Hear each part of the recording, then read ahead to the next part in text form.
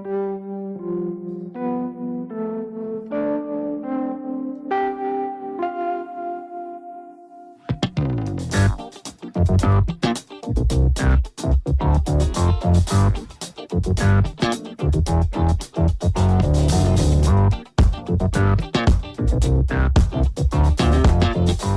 folks, and welcome to the Daily Ratings Podcast. It's a show where each week we'll sit down with Vincent Daly to get his thoughts on the latest movies he's been watching. Both older films and new releases. And don't worry, there's no spoilers. Vince will give a brief review of the movie, share some thoughts, and of course, then rate the film. The daily ratings are always fair, honest, and most importantly, they're consistent.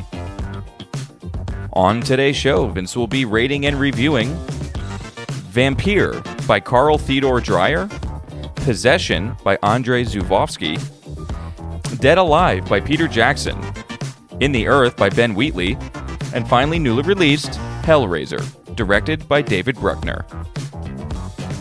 So stay tuned and enjoy the show.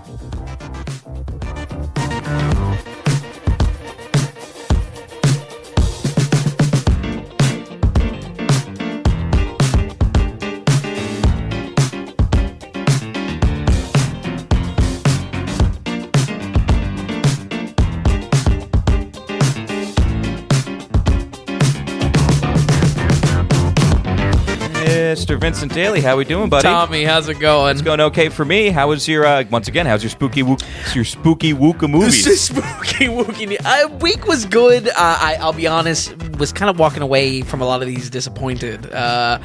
This was definitely a week where I was curating and picking exactly which ones I wanted to watch, but not saying it was a bad week. Just saying it was a little disappointing for me, honestly. Well, I like that the array of movies that I can't say array of movies because they're all kind of horror. You're but right, the array right. is fact that it's like we start with 1932 and end with 22. Like we have a 90-year stretch of films. it's big. I think it's the earliest film we've ever done on the podcast. I think so, yeah. Which is kind of cool. I was definitely scratching my head, and I was even looking back at some of our master list, the data of the ratings, and I was trying to think, like, what is really the earliest, but... Do you have Metropolis? No, that's not rated. Really? Earliest is Invisible Man. What year Creature. Yeah. That was 33.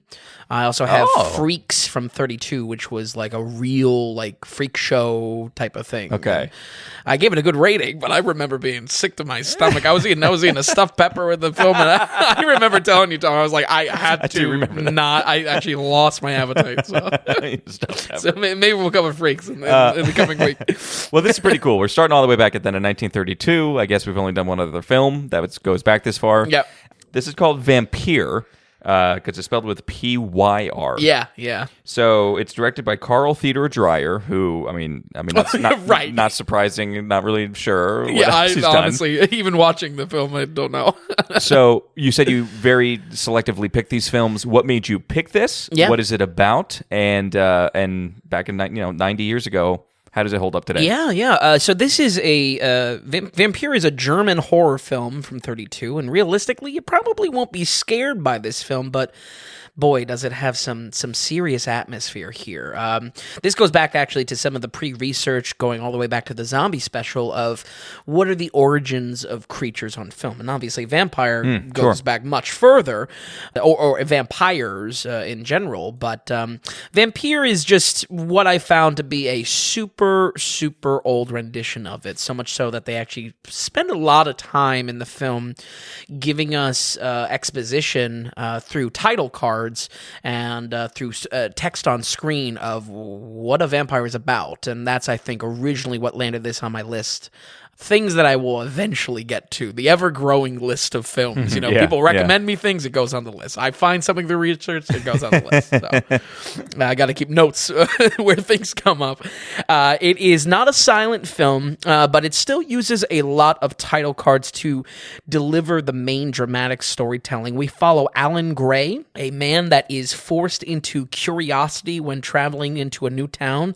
He ends up assisting a local village girl to discover what ailment she is suffering from, and that, of course, is vampirism. A lot of the creepiness of this film comes from just it being really old. I'll say this probably Right. a few times, but the actors, well, first of all, the actors aren't actors. There's actually only one actor, and it is the little girl. She goes on to have a career in acting.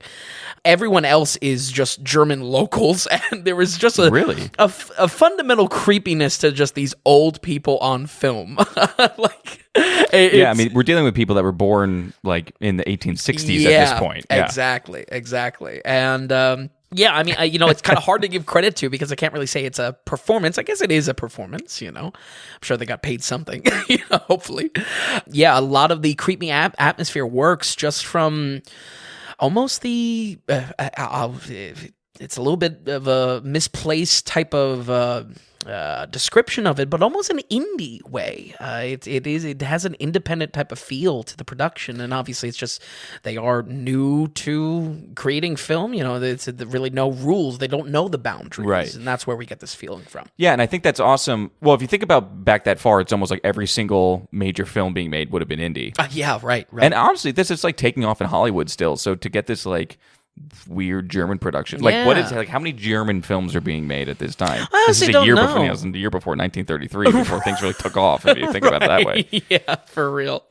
And that's maybe some of the curiosity here of what kind of played into it, and again, this early vampire story, is no less on film. Yeah, I'm just saying, looking at some of these stills with the actors, it looks creepy. Like there's some old looking people in this that look crazy. They're just like scary to look at, period. They're just old, So that's where I say, like, realistically, are you going to be really scared? Are you going to have to turn on the lights, go into the bathroom? No. But there's atmosphere is dialed in on this then. The film is very dreamlike. The opening scene jumps from an old man breaking into his room to a village of literal shadow people. Our main character just kind of wanders aimlessly for a while. It feels like he's always being pulled along somewhere. A lot is going to have to be left to the imagination because while it is not a silent film, we're not getting a lot of dialogue here. Again, a lot of what we know about the story is done either through title cards or just still images of books that Alan Gray is reading in the story. So, down to the brass tacks, why you would watch this in modern day, I would say the shadow work of all things is the main reason why I would recommend this film. It is really gorgeous in some parts, like no joke. It's not just simply a feature of being black and white either. The film having shadow creatures is both interesting as a horror device, but also plays favorably into the limitations of the filming at the time. I mean, this is, talk about a polar opposite of Frighteners, where the tech was bringing it down, and probably the tech was far-reaching for the time that it was made. There's just a simplicity to having shadows as a horror creature device within this film, and then it also looking good on the technology that it was shot on. And I think that's, again, where I come out swinging for a recommendation of a film this old. 32 is no joke. It's funny that you bring up the shadows right away for it being shot like this, is because a lot of actors who really didn't like color being brought into film, they had talked so much about shadow work and how what you actually lose when you gain color. Sure. Shadow work was a big thing. Absolutely. Even going back to just this past Oscar season, I mean, talk about how many, Belfast and then Tragedy Macbeth, very much in the praise of, that shadow work was wonderful in it. Oh, well, you think back to The Lighthouse, which takes off the grainy look also. Absolutely. But if we can just go back also to the not so much the actors, but also the sound and vocal. How was the sound? We weren't getting bits of orchestra still, right? It was just not a lot of talking. Yeah. So a guy trying to break into his room. We're not getting dialogue, but we're getting the noises of a guy breaking into the room. Yeah, you get the twist of the lock turning. You get mumbles here and there of people around the town. You'll hear like, in this nondescript type of stuff. Right, but it's not a lot of orchestra silent films like we know. Not just like a ragtime piano playing over it. There is definitely sound design to it. Okay. But at the same time, it kind of is in that same silent film aspect because you get big title cards giving us just like 2 paragraphs of what's going on. You know what I mean? Yeah. Referring to the character as a character in a story, even. Okay. So I would just say I was shocked how modern the cinematography looks in this, playing into that praise for the shadow work, but also the camera work is by no means static, and it possibly shows us the freedom Dreyer had as a director to let the eeriness of his shoot location speak for themselves. More often than not, again, just in the same way that these, quite literally just old people on film was scary and atmosphere building, the type of town, the small town that he was shooting in, man, it just really spoke to a creepiness of its own, and I really got to give praise to it there. It also helps that these 1930 actors are not professionals, and maybe that ruggedness is lending to it as well. So, but genuinely creepy. That is the note. I mean, it is creepy on its entirely of its own merits. This is not tricks and gore or anything like that. It works on its own. That it's the essence of spooky and weird feels. If you were in this small town, you'd be scared. And what's funny is it's like, I don't know, it's almost like it's hitting for you in 2022 for the same reasons it would hit back then. Yeah. You can only imagine. Absolutely. That's kind of cool. Yeah. Honestly, I'm scrolling through the cinematographer's work. Uh-huh. I mean, It's all over. Well, yeah, 77 credits to his name as far as cinematography. I don't know any of them. Any of them. Right. What was his latest? What was his last? Well, his first was 1919 with some other German stuff. And his last was in 47. Wow. Okay. So 3 movies in 47. Wow. A working man. But I don't know. There's something so cool and unique and boiling down to the essence of what is a spooky thing or how to shoot something. Very cool. Yeah. And I enjoyed this in a very legitimate way, just for that atmosphere that was built into it. Now, recommendation-wise, I think, again, if you enjoy horror as the atmosphere in your spooky films, this is definitely a recommend. I think the pacing here might feel right at home for the average A24 fan as well. There's such a slowness, there's such a deliberateness, a dreamlike aspect to it that I think, again, this film was not a snoozer. And the silent aspect or semi-silent aspect is kind of a curve, but I think it gets a solid rating from me because that atmosphere was built throughout and it never let up. And I'll say even the last 20 minutes or so of the film are fantastic. It really does have a payoff of all things. It shouldn't. I mean, we should note it's an hour and 15 minutes only. True. Yeah, true. This is not a long watch here, folks. This is quick and dirty. Yeah. If you were saying there was a lot of fat to cut, we'd have an issue. Yeah. Maybe that was also a secret recipe to why I enjoyed it. In and out real quick, but yeah, there is a payoff as well to this film, and to have it actually have me glued to the screen by the end is impressive. And again, I think there's maybe a slight bit of credit because it is a 32 film. I want to give some credit to that, but no joke, this is coming out with a very positive recommendation in modern day. And believe me, I'm considering this, if anything, is pushing my own rules to the test with that. Yeah. We're going to go ahead and give Vampyr a 71. Woo! This is exciting. Yeah. This is an exciting one. It was good. I'm glad you started off the week pretty well. Yeah. I think... Did you actually watch these in chronological order? No. Were you dancing? I was dancing. I was dancing around. Maybe to the detriment of some of these. But boy, what a good... I don't know. I could tell you were excited about seeing it. Yeah. You picked to watch it, but I bet you were still shocked with how good it actually was. I really was. I was saying, okay, I mean, this may be decent, but this is going to be heavily dated. And again, it kind of created a mental exercise for me of, what are the limits of the rating system? I mean, we have old stuff rated, but when it gets back to something like super old, like Trip to a Moon, for instance, or something like that, the iconic moon shot with the cannon in its eye. Sure.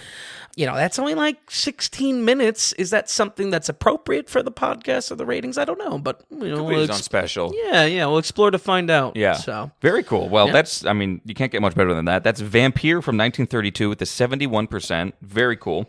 We're jumping all the way to the 80s. This is 1981. This is Possession. This has been done, I think, a couple times. So this is 1981. This is by Andrei Zuwofsky, and we have some big names in this one. And again, why did you pick this one? And what do we get with it? Because it is a doozy of a film. I actually don't know if it has been remade. I think it just has a super generic name on some of these. Gotcha. Yeah. Okay. As far as this film, folks, I am very, very excited to talk about this because this has been on my watch list legitimately forever. Oh. This film was banned originally 10 years in both the US and UK. Really? For disturbing content, and eventually finally got re-released in 1999. Well, it's a lot more than 10 years then. It It came out in 81. Well, I don't know if it was re-released right on the dot of 91 because this definitely fits into like cult hit. Okay. Well, it's not NC-17. It still only got the rated R. And was it an American-made film? No. This is French and German. It is in English though. So, and we obviously have Sam Neill is in it. Yeah, Sam Neill is our main character in this. So, really? Yeah. Honestly, I thought he was great. I mean, we'll get to actor notes in a little bit. Many critics and film scholars consider this film to be one of the most intense cinematic experiences out there, and quickly became a cult hit because of that banning, as often is the rule in any kind of pop media. Yes. You put a rating on it, you put something to prevent people watching it. People just want to watch it, you know. This This film is a doozy, though. I will say I was very positive on watching it. I think for the first time in a long time, stewing on it further and really analyzing it, I think it hurt it, actually. Okay. For the first time in a while, if ever on the podcast. Because usually I'm putting more consideration into it because I know I like it. I got to find out why I like it. Where this, I knew I liked it. And then I was like, do I like it that much? It's kind of a little messy. Well, this is all kind of. It happened before with The Matrix, where you knew you hated it, but then you sat on it and you realized you hated it even more. That's very true. Very true. But, Resurrections, that is, not OG Matrix. So, but yeah, the film is a marriage drama. Honestly, a large part of it isn't necessarily scary. It's just extremely intense. Like there is just some yelling matches going on here. Sam Neill is a spy, some sort of intelligence contractor in Berlin that comes home to a wife played by Isabel Johnny, I believe it's pronounced. And she wants a divorce. This caused both of them to spiral very, very quickly into hypermanic behavior. And you're kind of wondering the whole film, why are these two acting so insane? Like off the bat. Like way... Oh, yeah. More than they should be almost. I mean, to the point of lunacy, to the point of hysterics, okay. You know? So it's very intense off the back. And I would say if there's why I was so invested into it and really in love with this is because both of the performances here are excellent, especially Isabel, who gets pushed to such extremes in this film. I mean, if there is a reason to watch it, it's honestly for both of their performances. And JP won all the Jurassic Parks. I was done with Sam Neill. Right. And we did another Sam Neill horror. In the Mouth of Madness. Yes. Yep. Can I don't know if you were thinking about this at all, but Sure. Were you thinking, not Magnolia, what was the Tom Cruise one we just did? Eyes Wide Shut. Was this any comparisons of marriage falling out and going kind of like being crazy and doing crazy stuff? Maybe similar uncomfortableness on screen. But very different. Yeah, very different, yeah. So, wow. It's good to see that a young Sam Neill was holding up. It was really good. And I would say, I mean, Isabel is just pushed in such a way for this film. She does get the crown, but Neill is right there with it. Okay. And again, there's, horror aspects of this film aside, the beginning is extremely just intense as far as the relationship. It's like if Marriage Story was a horror, basically, which is not a bad elevator pitch to it. So it takes us a while to get into the horror? Yes. It's like almost starts off as drama, and we sink into something. Yeah, Okay. in a very William Friedkin way, like Exorcist, like Sorcerer, we have the first hour being something almost entirely different genre-wise, and then almost right at that halfway point, flip the switch into horror. Maybe that's not Sorcerer, but regardless, it was very reminiscent to my experience with his type of films like that, or the stories. And basically, the film is the collapse of a marriage shown through extreme, intense arguing. There's a scene where they're just having an argument, and there is a electric knife plugged in, just going, and there is a meat grinder as well, just going in the background. And a slight spoiler, I guess, there's no payoff for that in the horror way, but boy, is it just a taxing film that you're just watching this very intense argument, and then there's just, danger noises in the background of the sound design. It's out there. Like I said, the whole time you're kind of wondering what is amplifying the hatred on both of the sides of the relationship. And over a little halfway in, we do get our horrifying answer. The film, like I said, does feel like William Friedkin in that way. To my experience, there's kind of this genre swap that happens halfway through the film, and maybe even just very specifically to Exorcist. It represents that aspect, that first half, certainly intense, certainly gripping, and then halfway in, we have this kind of horror film switch turned on. I'll say, though, and this ties into a little bit of the marinating, if you will. Sure, yeah. This film. Yeah. The twist is almost too much. I think, I loved this film, watching it, but I think it's just a lot to process because it goes from hyper-intense to now hyper-intense horror. I don't want to get into the comparison game too much, but specifically to Possession, I mean, it's a little bit too much to ask from the audience to say, okay, now we're switching lanes and it's just as crazy, but now it's just crazy a different way. It's a tough ride to hang on to. Yeah. Do you think it was almost like, okay, we had something here, and then the director thought of, okay, what's the craziest thing that I can just do? So let's just do it. Not that it's lazy, but you know what I mean. There's weird for weird's sake. You hit the nail on the head. That you were getting that feeling. Yeah, the envelope gets pushed multiple times, even after that halfway mark, and it's like, more. Okay. It's like, okay, we're doing more then, and to the point of not really adding to craziness or anything. Yeah. Or maybe you could say of The Exorcist building and getting crazy was worth it, and there's payoff, and there's absolute. Where here there was a little bit of weird for weird's sake. Okay. And believe me, I like weird movies. You know what I mean? There's a weird list we got here this right. week. And it's funny because you were enjoying it in the beginning. Yes. But then thinking about it more, it's almost like the shock of it had you liking it more. I think so. And coming down, and it's just like, was that necessary? It seems, I'm just trying to process, were you sitting there thinking like, okay, was this necessary? No. 100%. Was that necessary? Yeah. No. Yeah. And I think my main takeaway is that as powerful as this marital, divorce drama was, and how powerful the performances were, the way the horror is flavored, certainly shocking, certainly visceral, it honestly does cheapen a very good story in that first half, and makes it a little bit more of a sideshow kind of spookiness to it. That really was the takeaway after stewing on this, is that there was it cheapened the first half of the film, and I think that's what was a product of how much it tried to continually push its own envelope to. I don't know what extent, you know what I mean? There's almost no upper ceiling on how crazy the film gets eventually. Which kind of sounds exciting. Yeah. It sounds crazy to watch, and that's, it is. It is nice to watch something that's just like, okay, what? Yeah, exactly. I would say a perfect touch to balance these out, and why I lean so much into this Exorcist example, is to have one small scene from the wife's perspective to give some slight hint. I mean, I'm talking very first scene of the film, some slight hint to the horrors looming around the corner. That way we at least know the flavor of this marriage drama. Your feet are in the water. Exactly. Yeah.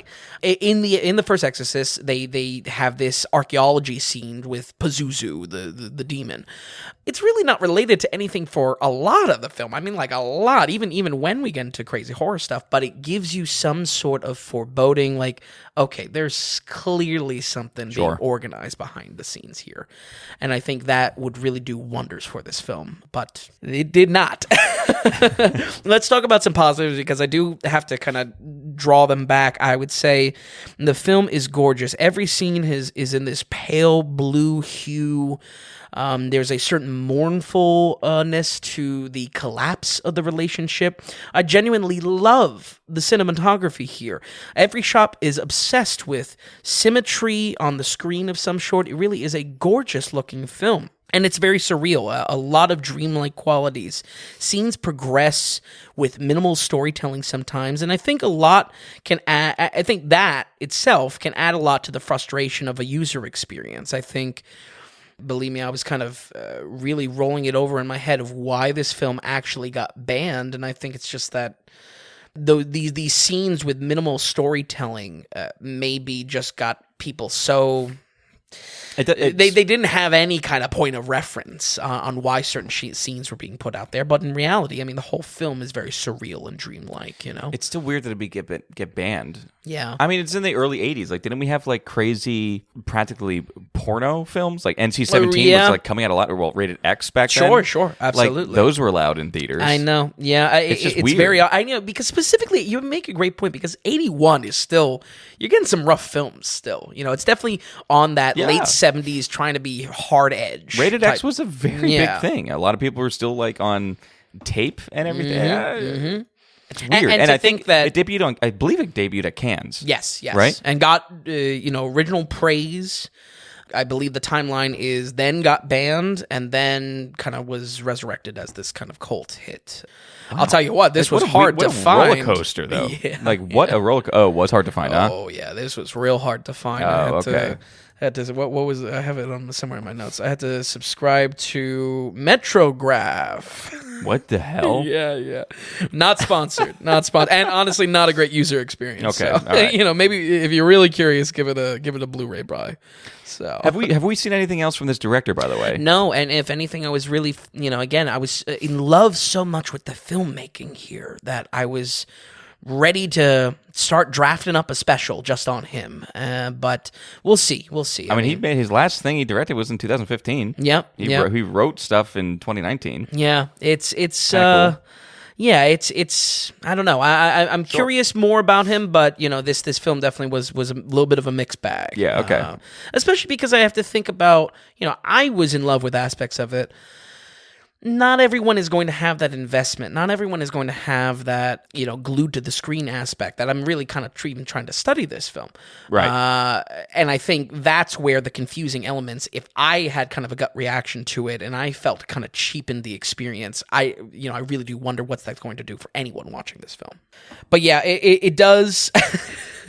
I guess I was spoiled by the hour and 15 of Vampyr. It does run a little bit too long, and I think 2 hour 4. Yeah, I just think it's, again, in that second half, it is constantly pushing its own envelope. No one is asking for it, and it is again and again and again. It is getting weirder and weirder, and I think that is where I think a lot of this is weird for weird's sake, because I don't know. I mean, I was really trying to tie things thematically together, but the more I put thought into it, I could maybe put the pieces together on the horror side, but it only cheapened the marriage side, and that was the side I enjoyed. That was the intensity I enjoyed of this film. Interesting, yeah. The uncomfortability of the marriage and just you sitting in your seat and soaking that in. And having no answers to why the relationship is falling apart, and having no answers to why these two are so batshit crazy. You know what I mean? Like, really off the lid crazy. And wonderful scenes like that meat grinder scene that there's no real payoff to it, but it's like you're sitting with this intense moment. And I was kind of fine with that. And then to have the film push so far, I don't know. I think it definitely, like, again, my takeaway here and my takeaway on my reflection of this film is that the horror actually cheapens what was near perfect in the first half of the film. Okay, all right. So it was pushing in its own envelope so much to the point that it was, it felt like it was just for spectacle, just for shock. And I'll wrap this up, folks. I'll admit there are qualities to the filmmaking here that easy without a doubt would be high 80s. I was really like, whoa. That first hour you were on a high. I was in it. but the intense drama, it is taken away from. I enjoyed it in the first hour. The cinematography I enjoyed throughout. It was stunning, but where the story becomes a true horror, the film stumbles. The aspects of unpacking their relationship specifically is cheapened by the horror, and all of a sudden, it's nothing we thought, and it feels like we leave the story with too many holes in it. With some reflection, I don't think there are holes in the second half of the story, but there's a conflict here, and unfortunately kind of drives the movies down. I would say it both lived up to the hype and didn't, and I was really hoping for a kind of a Blair Witch scenario where I was walking away and I was like, oh my god, how did this film actually live up to be as good as the legend? Yeah, that was a good one. Yeah. Sadly, I don't think it's the case here. It's still very, very good, but a touch too much of a mess to make me go with my initial feelings on the rating. We're going to go ahead and give Possession 1981 a 77. Oh my god, 77 is still a really good score. It's still a good movie. But that's just how high it was hitting. Yeah, that's that first hour. Mm-hmm. Wow. I was really saying, whoa, I'm so glad I put this on my list at some point. And I was still happy to watch it. And clearly, it had to be. 77 is a good score. I'm still recommending to watch it for those, all the reasons I talked about. Right. But just understand, it's not a must-watch, where I was thinking this was going to be a must-watch. Okay, gotcha. Yeah. So you kind of limited expectations there. But a 77 is still a very good movie. It is still good. And if you want to just be blown away. Yeah. Is this a movie for me? Oof. if we watch it Sam together. Neill, I think Sam Neill is fascinating in this. This may be his best performance. Remember, Sam Neill's not my guy. Sure. I don't think I've ever said he was my guy. I don't think so either. We need a chart. Half of the actors in the world are, but I don't think he's my boy. Right. I just like to see him do well, but yeah. I think maybe if you and I watched the film together, I could enjoy it more or something like that. Like, this is something I would never put down. Oh, no. Sit down, eat a stuffed pepper, too. And no, this is no stuffed pepper. This is no stuffed pepper for sure. No less having to jump through hoops to watch it, I think, realistically. What did you watch it on? Metrograph. You couldn't, buy it on Amazon? No, unlicensed currently. And actually, our next one is unlicensed as well. I had to watch that on YouTube. Oh, really? Yeah, and then the YouTube one was absolute garbage. So then I just downloaded it illegally. I mean, I had to review a good copy. Of the would have sworn that this next. Okay, well, how about this? Okay, so 77 Possession. Yes, yeah. We're going right into. I just want to see how wacky it gets. Yeah. Okay, 81. We're jumping to 1992. We're picking up with our Peter Jackson study, which I love. Working backwards. This is Dead Alive, his 1992 kind of horror fantasy that came out. Original title Brain Dead. Yeah, good catch. Yep. Yeah, but I think still Brain Dead in New Zealand, Australia. We just noticed Dead Alive. Yeah. And always when I went back in his stuff though, it was also Dead Alive. Okay. So that's weird to me just because it has Jackson's name behind it that this wouldn't be more available. But once again, I agree. We have Dead Alive. Obviously, we know that we're doing Peter Jackson stuff. Where do we get with this? So go through it a bit. Just 3 years earlier, and I would say significantly looking more amateur. We're going into the early days as Jackson as a director. Yes. And we've spoke about many times on the podcast, Tom, how that can be a good or a bad thing. But here it's already an old film, and the film probably looks 12 years older than it actually is as well. It looks like it was made in 80. Yeah, for sure. It does not look like what was it, 93 or 91? 92. Yeah. It definitely looks, if anything, early or late 70s. So, but this film was on my list as it is praised as one of the goriest films ever. I'm not sure I would give it the crown, but the type of horror here is definitely like gross out gore horror. And that's also where a little bit of this tagging of a comedy comes into play. We were talking about last week how this was, why is he doing these horror comedies? Why are they comedies and horror? You know what I mean? What is the focus here? I think this isn't so much like they're cracking jokes. It's more so the type of gross out. It's trying to, get you a little bit of a reaction, Yeah, it's purposely really pushing it. Yeah, exactly. Yeah. So, and believe me, that gore is a priority for the film. So, I can't say I'll give it the daily ratings crown of most gory film, Right. but we'll see. Dead Alive, and as you said, Tom, formerly known as Brain Dead or otherwise known as Brain Dead, is about a man that is in a budding relationship. They come across a hybrid rat monkey that spreads a zombie disease to a very New Zealand town. I mean, this is the most New Zealand I think we've ever gotten on film, and that includes the Lord of the Rings trilogy. It is a transport to New Zealand. All the actors, it's great. Well, we know. I mean, one of the most pinnacle sets in Lord of the Rings comes from this movie. Yep. So, a romance is kind of playing out in the film. Our very dopey lead is trying to keep it cool as everyone is turning into zombies around him. The comedy kind of works. I'll have to admit that it got some slight laughs out of me. I think it slightly reminds me of Shaun of the Dead in the sense that a lot of the comedy setup is not realizing the severity of a zombie outbreak. Right.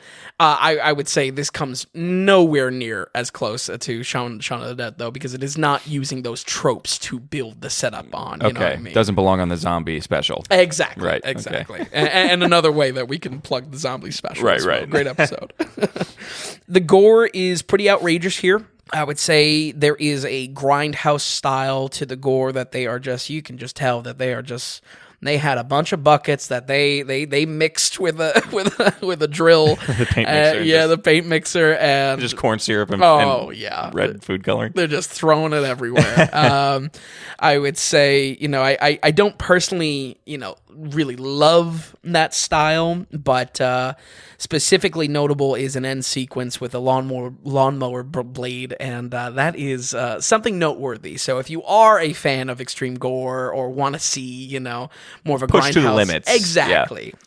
Certainly comedic in its excess as well. Right. This maybe gets a slight nod from me, but I would say, unfortunately, what sinks this film, and I mean really critically sinks this film, are these amateur aspects. What suffers most is the editing and the sound. Okay. I had to jump through hoops not to only find this thing, to find 2 different versions on YouTube for free. And I was like, it's free. Both had independent problems. Really? Yeah, I don't know if it was how they kept it up without getting it taken down. Wow, but, okay. To the point of actually finding a copy eventually, and unfortunately it did not resolve what I was scrambling to say, oh, this can't be the film. There's almost a B-movie quality to this film. It is really not great. The editing and the sound specifically are incredibly amateurish. I'm almost surprised you were surprised by that. I'll be honest. I don't know. I wanted to give Jackson a chance. Well, that's true. You know what? I think I've seen part of this movie before, so really? I think I knew. Yeah. That must have been quite the shock then to see how.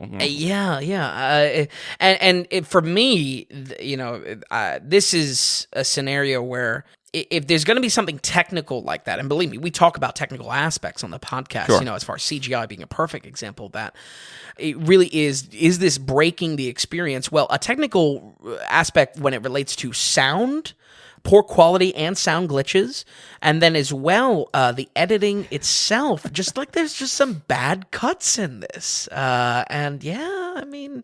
It really sunk the whole thing, honestly. I would not recommend this film because of what tech were they using? I don't know. It wasn't that long ago. It really wasn't. It was 30 years. Exactly. We're in the 90s. Again, even with the 12-year age. New Zealand, though. Yeah. Maybe New Zealand. New Zealand a little behind in the early 90s. They had to catch up. They had to catch up a little bit. Again, only 10 years later, The Two Towers was coming out already. I know. That has been the most mind-boggling thing thing about watching these two films is just like, this man, It shocks us all. I mean, maybe made the one of the greatest epics of all time. You know, I mean, this man, who gave him the money? I definitely say that New Line did not watch any of his films. New Line in the 90s was so great. Well, they were given Paul Thomas Anderson. Paul Thomas Anderson made Boogie Nights at the age of 26. That's true. Which is rolling bonkers. some dice. Yeah. But it's just wild. It's wild. It really is wild. So, because I think this is proper B-rate movie. Yes. Like proper. Grindhouse B movie, you know, so bad it's good. You know, I mean. It's funny you say that. Yeah. Well, We'll talk about that later. Yeah. It's tough. It really is tough on this one. I can't tell if it's better or worse than kind of an Evil Dead Army of Darkness. Sure. I think it's definitely worse after reflecting on it, but is absolutely in that same category that you're kind of watching this for the outrageousness of it, not the film itself, you know? Something that can be appreciated for its cult status, but is something that you would be hard-pressed to call good on its own. And for that reason, I can just tell this movie might not be for me either. Flashing back to earlier in the podcast, I look back on some of my Evil Dead ratings, and I think they were a little harsh, admittedly, but I stand by them because you show an average movie watcher those movies, and they're going to think they're trash, you know? Yeah. And this, you know, there may be a cult aspect to enjoy this film. There may be an outlandishness to the gore and everything like that, but you show, I'm talking, I don't know, I'll throw a percentage out, like 85% of the people that watch movies this movie, they're just not going to like it, you know? No, I think more than 85. Yeah. So, in almost every way, I enjoyed this more than Frighteners, and that's the win. But I think the amateurish elements of the filmmaking and the low quality really sink it below Frighteners. And I'm telling you, besides some special effects work, it was kind of pulling teeth to get through it for the production and the production alone. So, if you do decide to watch it, because I always like to give a little bit of both sides of the coin here. If you do decide to watch it, try to find the unrated version. Try to really dive full into this gore, you know, gross out type of comedy horror that this is. There are some notable aspects, specifically, you know, again, a very, very gore-filled finale to this film. So if you do decide to watch it, understand it may fall somewhere on the so good it's bad scale. I think for everyone else, though, we're going to go ahead and give Dead Alive a 25. Oh, whoa. Yeah. What do we give Frighteners? I think 30-something, 35. So it's That's worse terrible. than I can't Frighteners. remember a week. Yeah.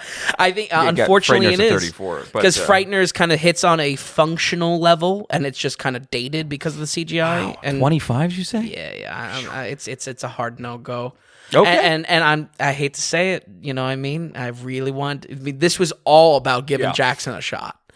Well, you know? there is, don't forget, there's one in between the movies that we've done. Yes, and this is more the one, of a drama, right? Yeah, but this is the one where he gave Kate Winslet kind of his thing, and it was nominated for an Oscar. Oh, okay. I think for writing. Okay, so just keep him And away from apparently, horror. You know? I would say it has an 86 on Metascore. Okay. Right? However, I don't know how much that means because Dead Alive on Rotten Tomatoes has an 89 by critics and an 87 from audience members. Oh, my God. And I think that's BS because, like I said, I think I watched an hour of this film. Yeah, and it's like, it's tough to tell sometimes with these cult hits, you know, and like I said, again, Evil Dead, perfect example. I would like to, you know, I find myself liking the idea of the movie more than I like the movie itself. Yeah, I just gotta be honest with myself, and I just don't think, you know, I can stand by even Dead Alive now specifically. I can't stand by recommending that to anyone. There's very select cases where I would say, oh yeah, check out Dead Alive, you know. It's just fundamental. Right, like very that, select. Maybe if like friends are together. Yeah, exactly. And it's like October and you're... Boys watch, booze watch, you know, yeah. Yeah. A drinking game would be interesting with it. It might be a Thinking little of the gross. booster. Might create some gag reflex. That should be a whole different category. Goriest? Bad movie, but it's a drinking game movie. Oh, yeah, for sure. We'll get some stickers on the website. I mean, I'm personally still interested in that 94 movie he made with Yeah. Kate Winslet. Because if that's really, I think that's where New Line said, okay, we trust this guy. Right, because he's doing something because, dramatic. Yeah. You know? And anytime you get on the Oscar board, it gets you. It's like, well, okay, here's a cred. Yeah, yeah. But okay, that's enough with that. That's enough with Jackson. 25% with Dead Alive. He's going on the back burner for a little bit. A little touch bit. So this came out last year. This is 2021. This film is called In the Earth. I really don't know anything about it. It's directed by Ben Wheatley. I don't know if I know anything about him. Okay. Once again, this was on your radar. Why? What did we get with it? Yeah, so kind of got lost in the shuffle last year. This came out just last year. Yeah. I don't think we were doing the podcast just yet, but it was just something I didn't get around to in kind of the early days of establishing it.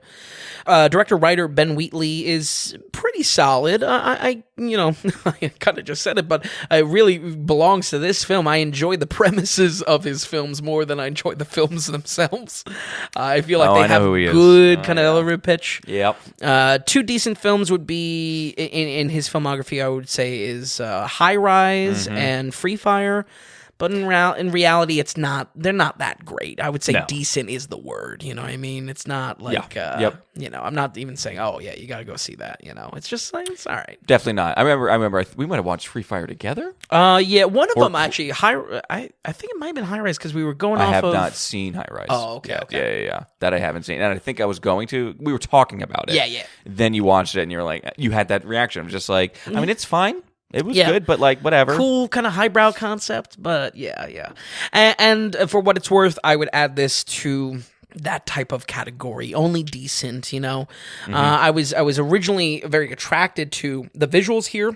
I do follow the composer as well for the soundtrack, and I think that is a very big highlight here for the film, but only decent is where I'm coming out with it. Lukewarm, as I've probably said a million times now on the podcast. Yeah, well, I mean, whatever. Yeah. It's okay. Clint Mansell, by the way, it's music. Yeah. The pitch here is conservationist horror. We follow two scientists investigating a vast park forest. There's also kind of a background element to the story that is a nod to COVID. It's not that important, but interesting how they kind of tie that together, especially this coming out in 2021. In a slippery slope, they get lost in the woods and come across a, kind of a group of fanatics of sorts. And quickly the story evolves into a kidnapping, escape premise to it. Okay. I would say this is real slow. Definitely gets our slowest of the week. Slower than a 1932 film. It's an hour and 47. Yeah. Oh, really? Yeah. Right. We felt like over two. Didn't know it. Yeah. Okay. It's so fun. It's weird how I will take note of it sometimes. It's to the point of even being notes, and then other times it's just like, I know what this is. This is slow. And it's a small cast, correct? Yes. So we're not dealing with a whole lot. 4 main characters. Okay. Yeah. And maybe that's some of the. We're not getting like a lot of dynamic aspect to it. Sure. We will be covering in Hellraiser in just a moment a film by David Bruckner. This is slightly reminiscent of his film The Ritual, really a favorite of mine. It felt like how survival in the woods is a horror element itself, or even just used to amp up horror, kind of amp up the stress of the scenario, in just the same way that's done in The Ritual. I feel like that's done very much here as well. So, again, I mean, a kind of interesting premise, conservationist horror. They're going into a park that no one is allowed. So there's a certain whoa, we're not finding any help or anything like that. So why are I'm not going to get into it. Okay. I'm like the premise I'm having issue with. Why? Well, no, it's just like, okay, so it's a forest that isn't under threat, but they're going to go in it anyway? I don't know, honestly. I think they're scientists. What are they trying to conserve? You really got a problem with the premise. There's, for instance, there's a scientist character that is using sound to study, I believe, the electromagnetism in the trees, and it creates a synthiness to it. Okay, so, all right. maybe that's studying. Maybe they said we need a film outside because of COVID, and they said we're gonna do exactly this. Right. Yeah. But yeah, part of my middle of the road feelings on this is that it really comes from performances. I think across the board, I never felt I could place myself in any of their shoes, both for logic, but also reactions. Things I do like, and I would say that the one thing that kind of lands this with a slightly positive recommendation is I really like the soundtrack a lot. It has just the right amount of synthy, it has this... I like that too. Yeah, if I'm going to praise, It Follows for atmosphere almost exclusively, this did hit on similar notes. It plays slightly into the story as well. Like I mentioned, there is a scientist that is using sound equipment, so I enjoyed that. Clint Mansell composes here, and he just does a great job at kind of creating this curious but dark atmosphere in the woods. Science meets spooky. It's a good example of where a soundtrack can really elevate things, and I reflect positively on the film when we're lingering on trees, when we're lingering on wilderness, and the soundtrack is just doing some serious heavy lifting to create a foreboding to it. Yeah. I mean, I like that. And the guys, he also did Moon. He did Black Swan. Oh, yeah. Doom, 2005. Yeah. So he's got with your voice. Yeah. He's got chops, and I can kind of picture kind of his, how they all have a style. Yes, yeah. But if it's doing all of the heavy lifting, I mean, that's great that it's putting you in the proper atmosphere. But if that's all that the movie's really being able to do well. Exactly. Yeah. It's not a huge recommendation. So I would say this film is very psychedelic. Characters actually trip in this, and I didn't find it too inventive as far as how it's pronounced. It's just kind of just a visualizer, nothing special, not bad, and certainly not to compare to Mandy, but really hits on that same benchmark where there are sections of the film just dedicated to visuals and visuals alone. Just to give maybe a switch up in comparing to Mandy, I'll compare actually to that same director's earlier work, Beyond the Black Rainbow. Between Don't Worry, Darling, we're finding that psychedelic kind of visuals are definitely coming back in film. In right now, yeah, exactly. Maybe for better or worse. Viewers out in Colorado or something, right, or Washington. I just think this film was lacking for a couple different reasons. Not bad, just underwhelming. I guess I was kind of just waiting for this film to start the whole film, and it never really gets the gas to really get going. We're going to go ahead and give In the Earth a 57. Okay, 57. And kind of like what you said with this director, where everything is like, oh, yeah. Okay, good, but, it was fine. It was fine. Yeah. And 57 is representative of that. I forget what we got Free Fire. I think it did better than this, though. I think so, too. Because I bet the whole premise with Free Fire was kind of just more electric a little bit. Yeah. And around kind of gun work. Yeah. Almost a Reservoir Dogs type of style to it, but that being the whole film. But just in the same way, and for sure, my memory with High Rise, I enjoyed the premise, the elevator pitch, more than I did the film itself, Absolutely. I enjoyed the idea of the film, and I don't think that makes a good film. You know what I mean? It could maybe get you in the door, but the execution isn't there. Exactly. Yeah, and that's how we get In the Earth with the 57%. All right, Vin, very good. So we're going to keep things going here. Right before we get to our last film, we just want to go ahead and go into the producer segment here. We have one producer to thank for today.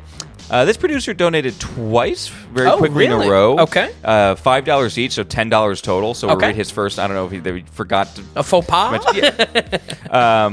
But yeah, so we went $5 at a time. So this is Matt D coming in twice. Okay. For $10 total. But his first note that he read was just missed opportunity, not calling the podcast the weekly daily ratings. Which is very fair true. enough. Yeah, I listen. We got point, the Matt. LLC already. I mean, it's too late. I'm actually I'm shocked that I've been caught shit more from people. Oh, just for the name. Just for the name. Yeah. But it works. But no, it's true. It is the weekly daily ratings. I got the spelling on the last name. We were just going with it. But Matt, thanks for the first $5. And Matt D came in, like I said, another $5 here, and he says, have you considered a different score for the so bad it's good element? A sort of reverse daily score. By giving them a bump based on an element that doesn't exist for most other films, it can throw the one-to-one comparison out of whack. For example, The Room got a 23, The Expendables got a 22, and Justice League a 17. If you remove the enjoyment derived from laughing at its badness, The Room surely executes every movie-making element worse than those other two movies. So maybe in this case, it would get a 2 on the daily ratings and an 88 SBIG, or so bad it's good So rating. bad it's good. That's what we brought it up in this episode. I mean, some sort of sticker, some sort of special classification. Well, so this was fun because this is the first time you read this note. Yeah. So, Matt, when you wrote this in, I got it right away, and it was I love this note, first of all. This is one of my favorite Absolutely. notes. I love the referencing of other scores. I was at an hour at work just kind of thinking about this. Really? It made me think a little bit. Oh, wow. But I will have to say, overall, I love The Room getting a 23, Expendables getting a 22, and Justice League getting a 17. Because there's a thing of what are we basing our reviews off of? You know what I mean? Yeah. So when it comes to it's not 0 to 100% based on how the functionality of a film. Functionality of a film often coincides with a good score. Sure. And when it's functioning really, really well, typically the score is going to be higher. It doesn't always click. It's not what makes it up completely. You know what I mean? Yeah, absolutely. It's also enjoyment factor. It's also, is this movie worth a watch for those of you listening to this and producing? Something we always say, is it worth your time? Is it worth your time? Is it a must-see? Is it something that you should go out to see? This movie is good for these people, blah, blah, blah.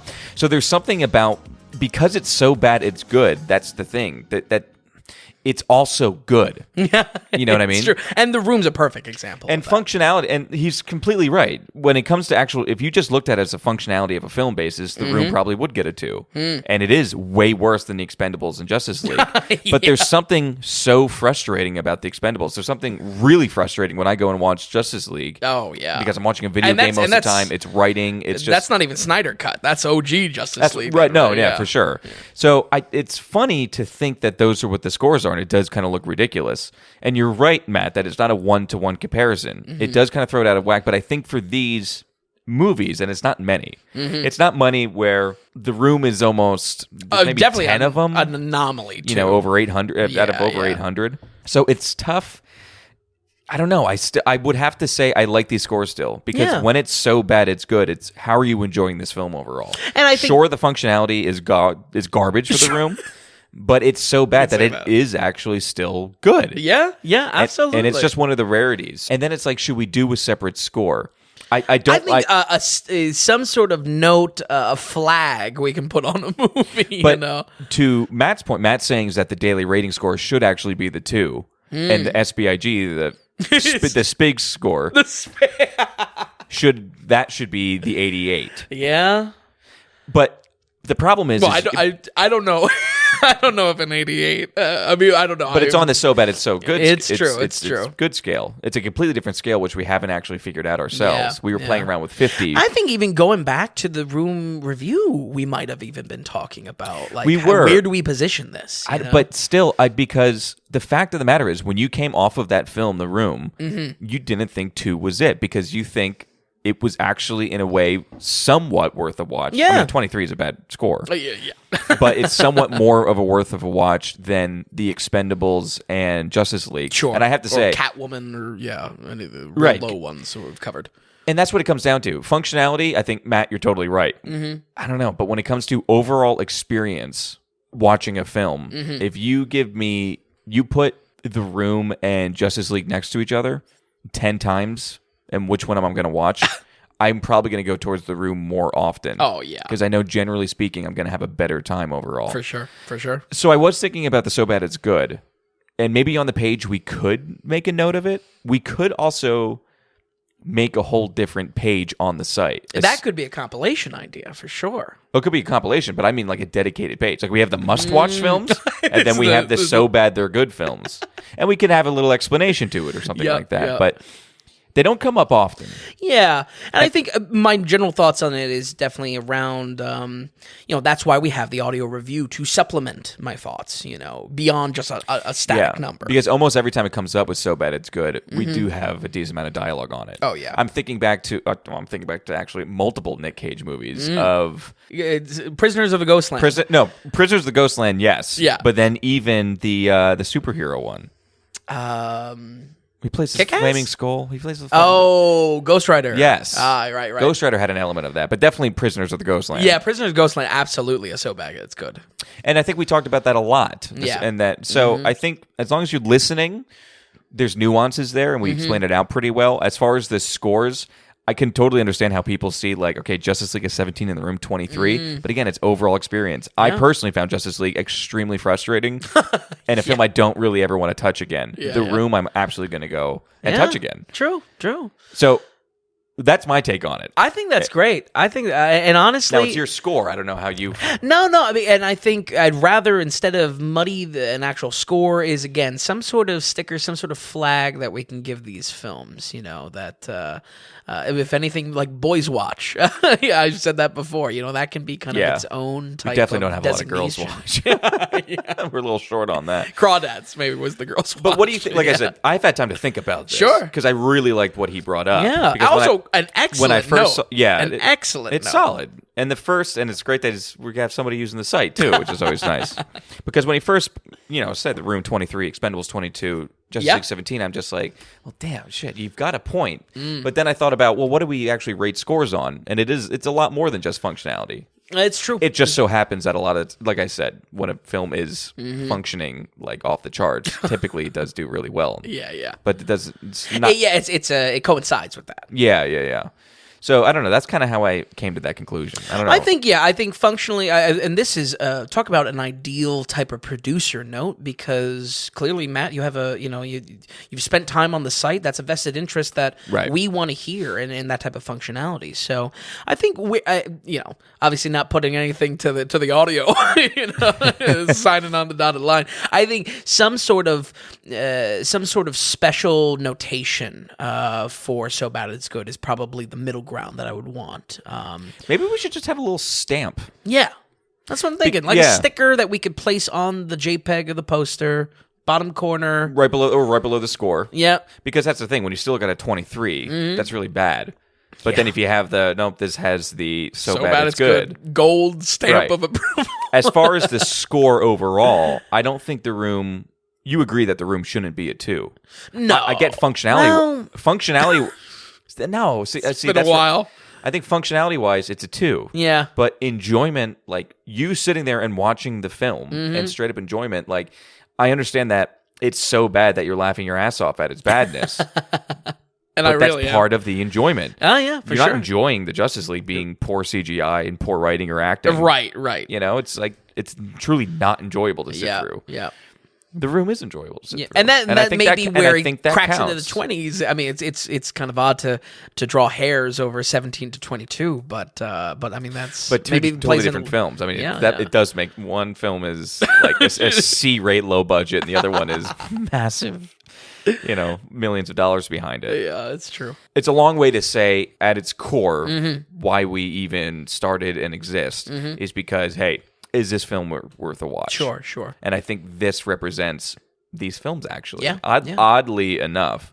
But I do love the idea of highlighting So Bad It's Good in some way. Absolutely. Whether it be a separate page or, like you said, a little mark. Yeah, and maybe some way beyond just the verbal or the audio review itself. Because I think in a snapshot, you're not going to be able to pick that up. And maybe that does need to be on more of a face of it. Yeah, well, and I think a lot of the times, like, the more people catch on to the site, like, the amount of times people Google something or check Rotten Tomatoes is quite a lot. You just pull out your phone and say, what did it get or something like that. And I think the more our site catches on and the more people kind of tune in and check us out, there's going to be a lot more just quick stops at the site where you don't have time to get the 10-minute or 15-minute kind of exposition on it. Yeah. So maybe just having that, like, oh, okay, 23, but there's something at least juicy here. Crack open a beer, you're going to have a good time. Yeah. Matt D, so... Phenomenal note. Phenomenal. Yeah, I was, like I said, I had a blast thinking about that and our structure and like how we could actually play around with that. So that was a great note. Thank you so much. Thank you for producing the Daily Ratings. You are the executive producer of episode 54, and you will have that credit forever. You can go out and flaunt it all you want. You're all about this flaunting. I love it. Well, one day it's going to mean something. People are going to be like, "Oh, you produced the Daily Ratings? Hired.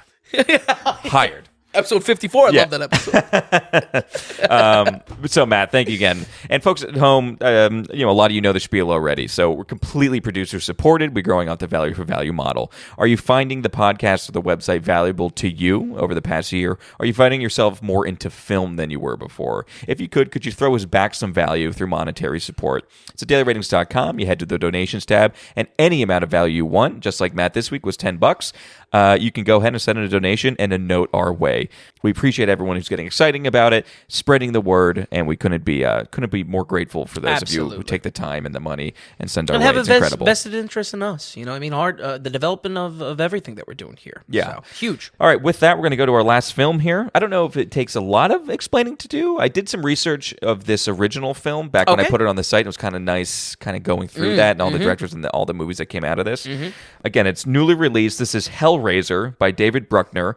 We covered this director before. But with Hellraiser, this was done already in the 80s. 87. 87. And then there was 3 or 4 movies that came out attached to this same... More like 9. Oh, really? Oh, yeah. This was running to the dirt. Okay. Well, yeah. So what do we get? Why did we return to this? And why is it so special that it's literally the exact same name as the first film? Yeah, so this is, the Hellraiser series was born from Clive Barker. Clive really is a visionary, a nightmarish visionary, but he has a very definitive style to his gore, to his horror visuals. So much so that's really his brand, and Hellraiser is a great example of this. This is a direct reimagining of the book, The Hellbound Heart, that the original 1987 film was based off of. So they're both based off the same book. Okay. Different interpretations. When did the book come out? Is it like an I old? don't know. Okay. No, definitely probably within the 80s. Oh, okay. All right. Got it. But yeah, this is a reboot, a Hulu original as well. Viewer beware. Viewer beware, but last one we did was Prey. Yeah, it's true. And that was okay. It's true. Yeah, they're definitely making a push here. I mean, just kind of restarting series, reimagining series. That seems to be the corner on the market that they're pushing if they're good, for. that's good. Yeah.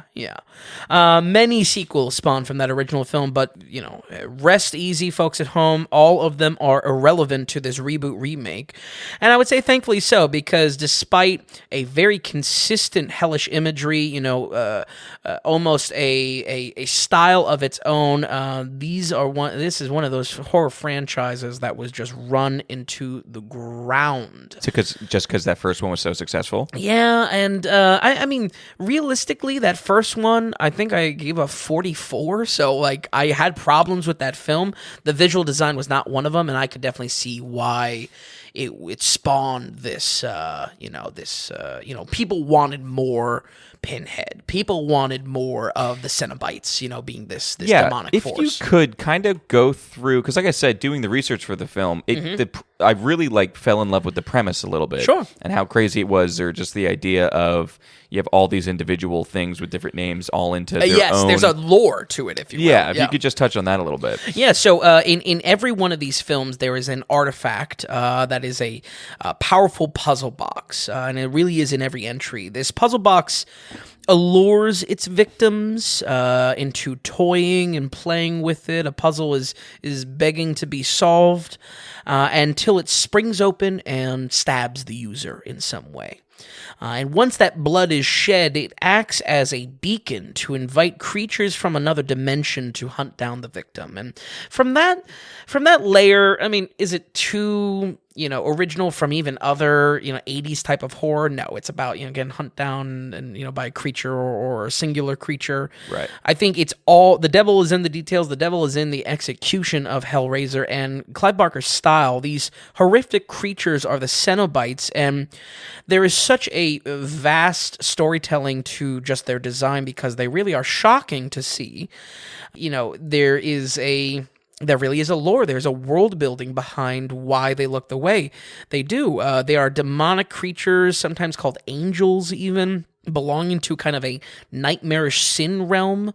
The victims themselves, it's not just a simple slasher. If anything, there is an eternity of torture for them in store when dealing with the Cenobites. This is not just, you're dead, you got caught. Right. No, there is there is almost an infinite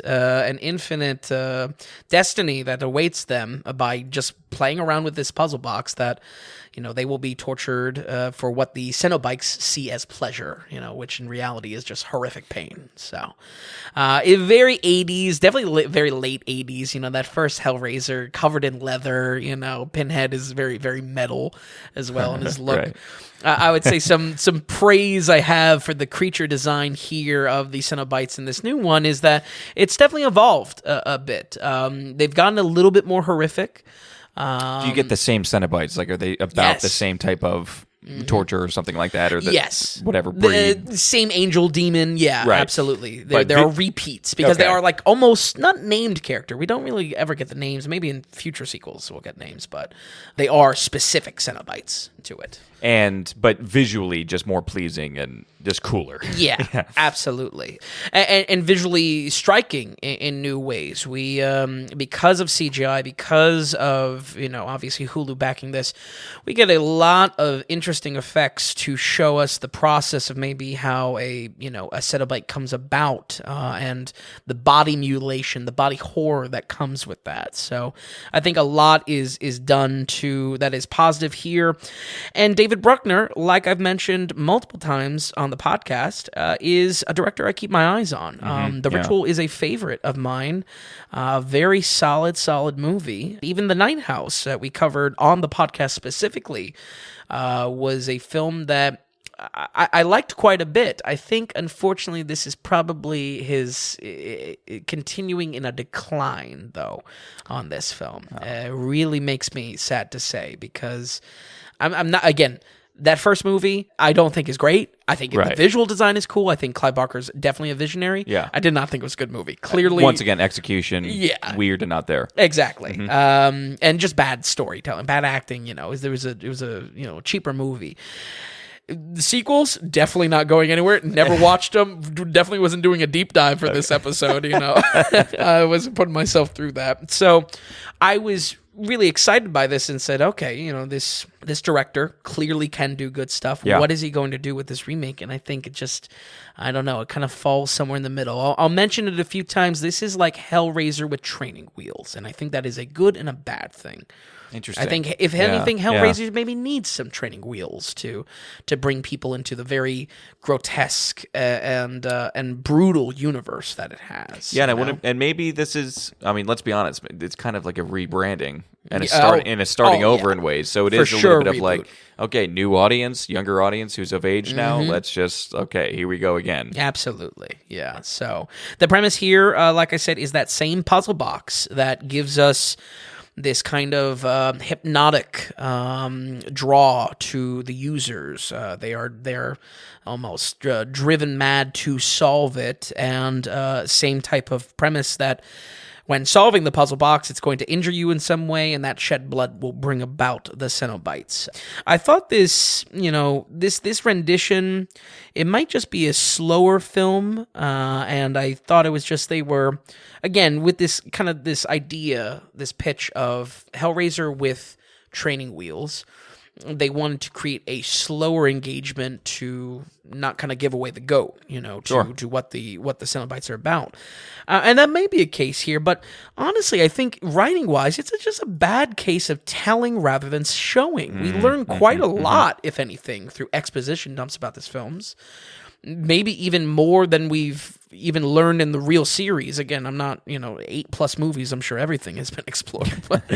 But particularly the puzzle box, it very rarely matches the horror sequences. We get so much delivered to us that we know quite a lot walking away from this film about that larger world building to these horrific creatures.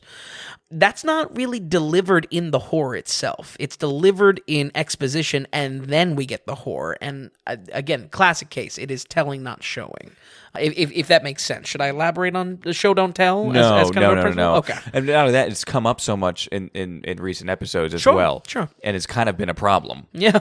Because, well, we talked about it with like even the Predator films. Yeah, very true. It was the same deal. Oh, anytime when you have so right. Oh man. Yeah, the Predators and the Predator, man.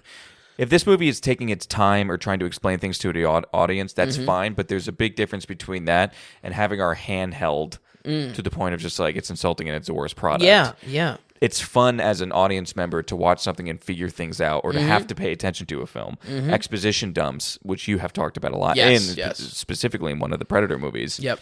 It just ruins it. It really does. It's just, can we do anything as the audience member here? It doesn't need to be spoon-fed. Bingo. And it's been coming up a few times now. Absolutely. And, and like I said, folks, don't get me wrong. Hellraiser, the original, probably not a great movie in its own right. Looking back on the records, I gave it a 44. You gave it a 44, yeah.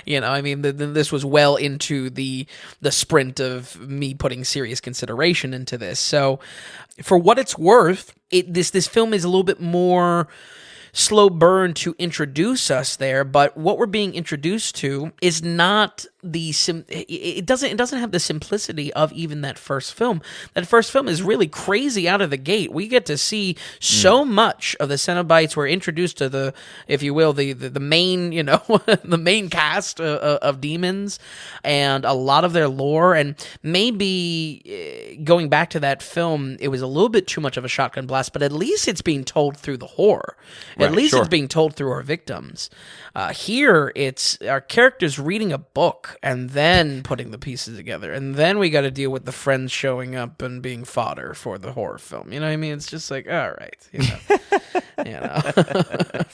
Actually, that's a perfect bridge. Our cast of victims here is a group of recovering addicts. I think, additionally, I was about this because there's kind of a spin to the temptation of the artifact that is themed well with their struggles to substances.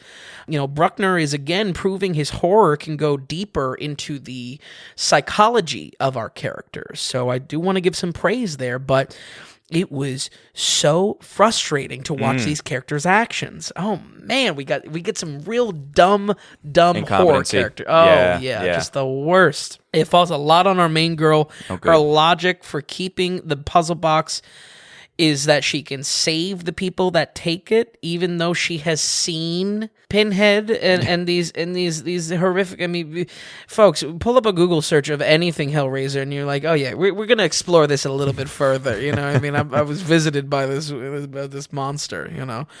It takes at least until 30 minutes in the film for her to actually do anything logical. There are, no joke, 5+ opportunities for her to walk away from this thing, and there's nothing. There's not even an attempt, to do so. It's just like, it's frustrating for all the bad reasons. Exactly. Even if the outcome is ultimately going to be the same, that they say no to the character in some way, from a story perspective. At least explore that, you know what I mean? Sure. The whole thing is hurt by the supporting characters as well. There's a setting switch about halfway through, and just when you think, oh man, she's really on her own now here, all the friends just show up at this random location. It's like this mansion in the middle of nowhere, and they're there the next scene, and it's just like, okay, well, clearly this is manipulating into, we need body count for the horror, right? Yeah.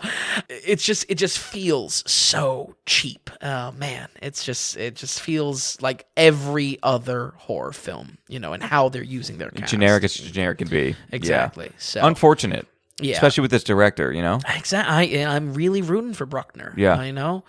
So a kind of praise and criticism in two directions. I like what was done there with where we're sourcing our characters and what that means to the puzzle box and the film, but also how our characters are used is, once again, just not a good implementation. Just falls into a generic horror implementation to it.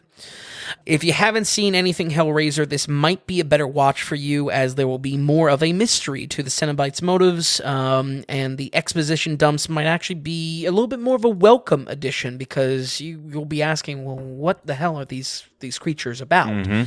Luckily, it doesn't get crazy until about 2/3 of the film, so I think there might be a more well-crafted glide up into, or escalation of stakes here, where again, that first Hellraiser movie, it is wild out of the gate. I think for me, personally, that was a point of praise. Yeah. But again, I have to think here, this is something that, someone may click on Hulu scrolling, they got their food in front of them, they got to figure out what they're going to watch. This is, maybe that's a little bit more better suited for the medium, and I'm okay with that. Yeah. Yeah, that part I'm okay with. Exactly. Yeah. I think that's, again, always trying to give perspective of where this could hit for people. I return to my summary thoughts, though, is Hellraiser on training wheels. Not the worst for a Hulu original, but disappointing for me from a very promising director, and unfortunate that I was not enjoying his third, or I don't even know how many works he's done, but my third movie, I've really been excited for him specifically as a director. Just kind of came out middle of the road for me. We're going to go ahead and give Hellraiser 2022 a 52. 52, yeah. Pretty, that's middle of the road as middle of the road can be, pretty much. Yeah, not as strong as Prey as far as like reboots to, reboots, but kind of reimagines franchises. I'd be curious to see what maybe a hardcore Hellraiser. They watched all 9. Apparently, there's a biker like a true one. fan. There's like a biker Hellraiser. Apparently, in one of them. I would be interested though to hear what diehard fans would say of this one, because I definitely was not a diehard fan. Yeah, that's a good point. I wonder what they would think. Maybe they would absolutely hate it. Because if you're a diehard fan, that first one's probably just like one of the best things you've ever seen. True. And this is just dumbing it down a little bit. Yeah, it is definitely watered down. So. Interesting that Hulu picks it up again. It's, I don't know. I don't hate that they went back to the IP. Yeah. And tried to rebrand it a little bit, but okay. But a 52% for Hellraiser, I guess. Yeah, it's hard to get excited about. I'm not in love with it, and believe me, if there was anywhere I could have shown a little bit of bias, it would be towards Bruckner as a director. Yeah, and I'm telling you, nah. Okay. All right, Ben. Well, looking at these scores, is there anything else you'd like to add? We're going to roll credits here. We're running a little bit long. There is one note. Of course, we did not cover the latest Halloween movie. And in the planning committee, we get in the boardroom, folks. we got 12 men on screens, from different countries. They say, what are we going to review for the Daily Rating? We send it through legal. We got to go through corporate. Exactly. HR's got to approve it. No. But Halloween, this is the 12th entry with Halloween Ends. And Tom and I talked. In theaters. Oh, yeah. Tom and I talked about it and kind of reluctantly said, Ari, we can't cover 12 movies. You know what I mean? It's too much, I was the one who was like, no. Yeah, I was kind of pushing for it a little bit. Vin was kind of, I liked the challenge of 12 movies. And then I told him he then has to watch 12 movies. Including a movie called H2O. That's awesome. Which is, maybe, I don't know. I guess saying that we won't ever cover this. Maybe we will in the future. Sure. But it's just a big undertaking. Yeah. And is it worth it? Yeah. I don't know. If we broke this up into 2 specials, one that's 2 specials, they only come out one a month or one every other month. Right, exactly. So do we want to dedicate that just to Halloween as a franchise? We did come up, well, here's what the thought was that I liked, and then this is why I said this is not happening. Maybe we will do it in the future. Yeah. The original plan was to watch these. Yep. And we do them all in one special. Yes. One special, 12 films. Rapid fire. And we do rapid fire, 5-6 minutes. That's it per film.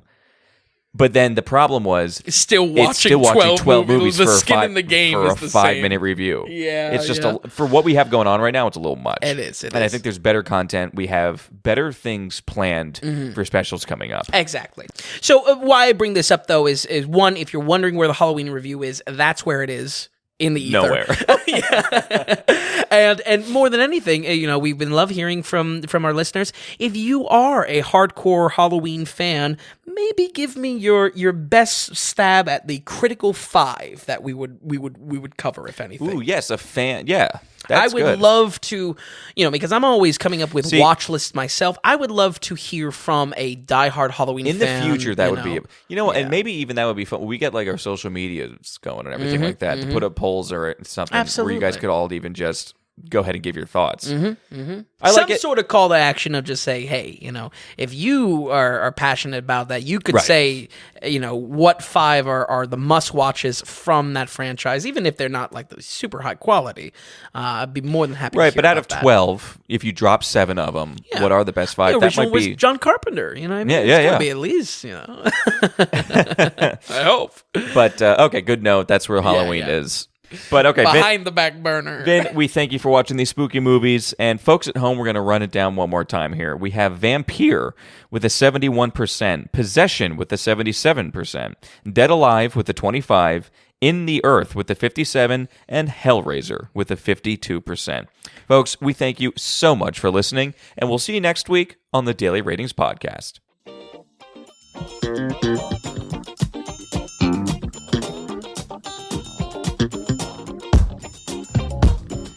If you enjoyed the podcast, if you would you give us a good rating or tell a friend about us? If you're wondering if a film is worth a watch, or if you'd just like to see more movie ratings from Vince, be sure to stop by thedailyratings.com, where we have our ever-expanding catalog of films.